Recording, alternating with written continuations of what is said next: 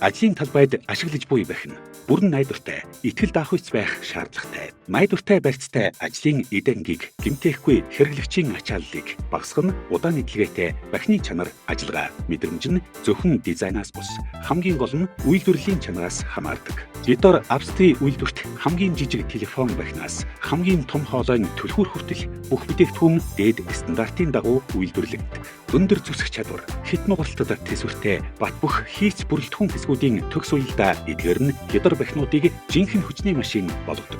Манай 3 цагийн барих системтэй хоолойн түлхүүр нь 50 жилийн турш борлуулалтаараа тэргүүлсэн.